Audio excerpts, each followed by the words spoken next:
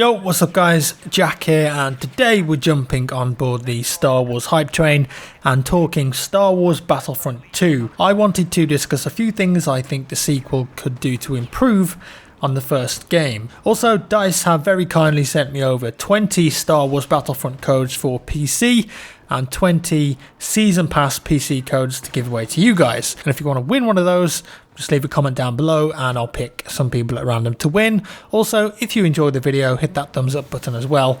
That would be much appreciated. So then, when I first saw DICE's Star Wars Battlefront, I was just blown away. Probably like most people were.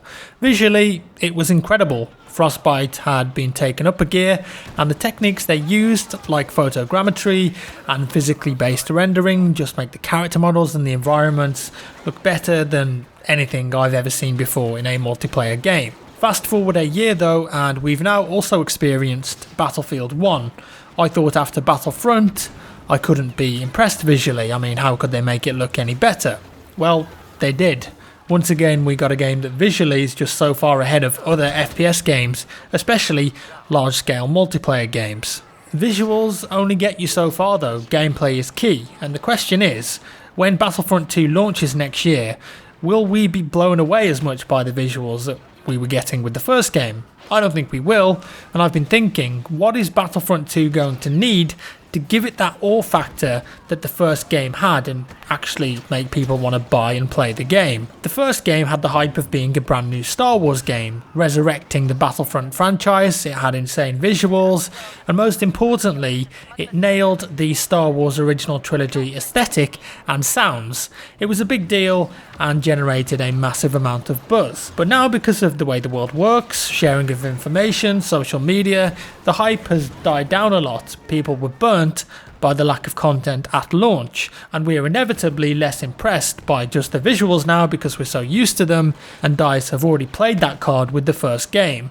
It probably isn't going to work again. Now, the gameplay of the DICE and EA Battlefront game is very simplistic and accessible, but I don't think that's a massive problem on the surface. The game was made to cater to as many people as possible, and you've just got to accept that.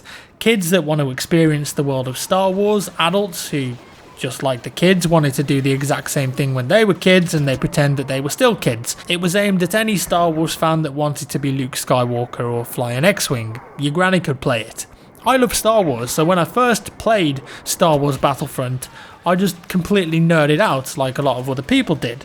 Walker Assault was a fantastic game mode, and when you finally got the chance to play as Darth Vader or Luke, it was a head rush. And even today, I just checked this on a third-party website, the game still has 60,000 concurrent players, and it's a Monday, and a large portion of that comes from the consoles. The problem is though, and I'm sure that a lot of people would agree with me here, the gameplay itself, while being fun, really lacks a lot of content and depth. Sure, it's got a lot of content now after all the DLCs have been released over a year later, but when it first launched it had a distinct lack of content to keep people happy, and gamers nowadays demand a lot of content at launch. We've got shorter attention spans, we play for longer, more often. The modern entertainment world wants new information and entertainment constantly, and you could argue too that the very same thing is happening right now with Battlefield 1.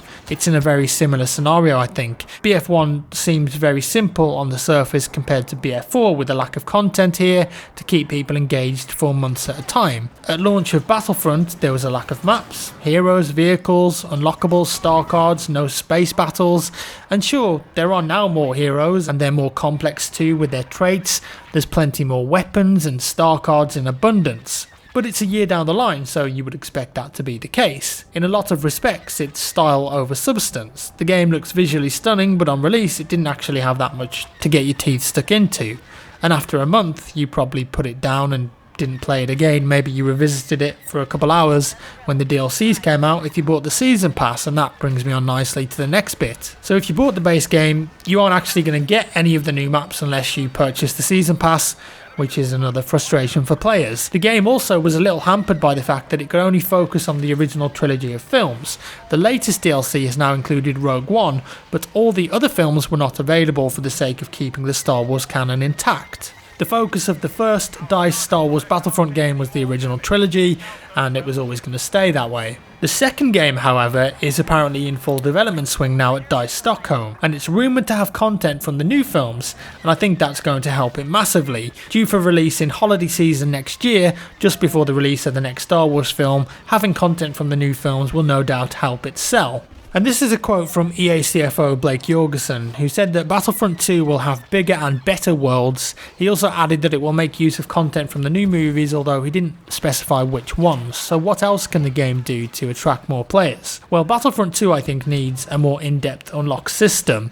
It needs things for players to work towards to keep them coming back, but the thing it needs more than anything is a good selection of maps and game modes. Walker Assault was good, but at launch it was only on 4 maps. Fighter Squadron I think also needs a lot of love if you ask me, and could do with more objective based gameplay thrown into the mix. Look at something more like the recent Battle Station or Infiltration multi-phase game modes, way more interesting than just team deathmatch in an X-Wing or a TIE fighter. And I think that Battlefront 2 will include that kind of thing, and maybe even the game could benefit on an infantry level from a class system like in the older Battlefront games, and bring much more teamwork back into the mix. One of my biggest criticisms with DICE's Battlefront has always been a lack of teamwork. In most of the game modes for me personally, it just always felt like team deathmatch. You can really just lone wolf everywhere in this game, and you don't ever really have to think about your teammates at all if you don't want to. And I think yes, part of that is because that's the design of the game and its accessible nature,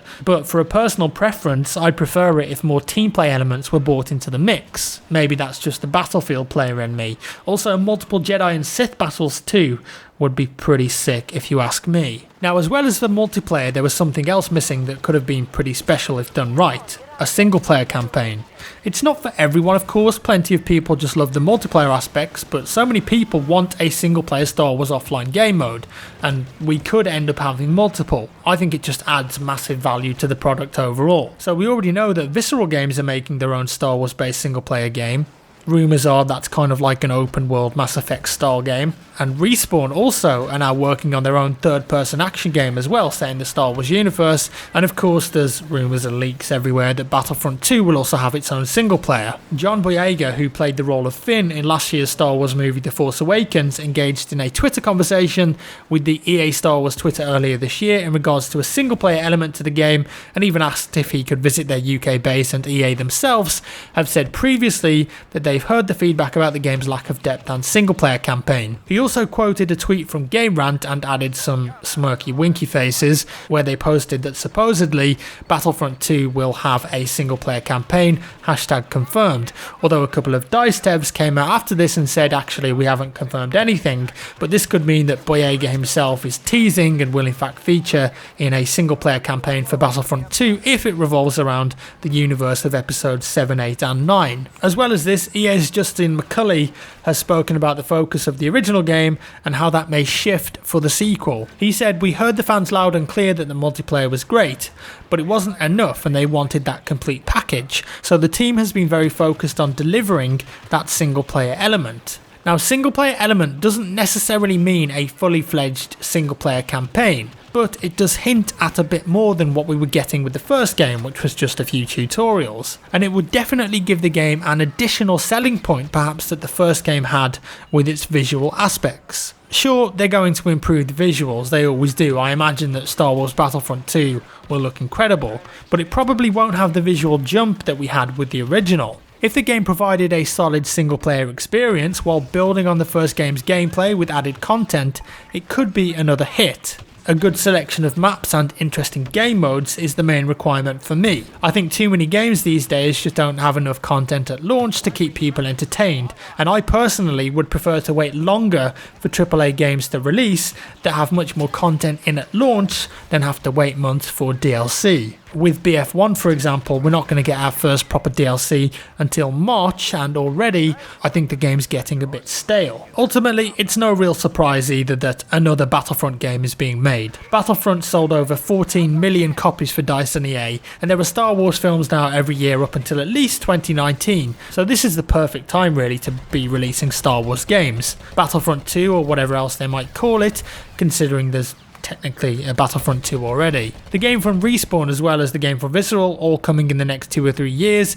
Can the next Star Wars Battlefront game from DICE and EA sell as many copies and attract as many players? Have the core gamers already been burnt from the launch of the original game? I'm not so sure, but having a single player component as well as content from the new games will certainly do it no harm. So there we have it guys, do let me know your thoughts down in the comments below. Would you be hyped for another Battlefront game, and would more depth and content and a single player game actually attract you to buy and play the game again? And also, don't forget, if you want to win one of those copies of the game, do leave a comment down below and hit the thumbs up if you enjoyed the video. As always guys, love you lots, thanks for watching, and I'll see you in the next one.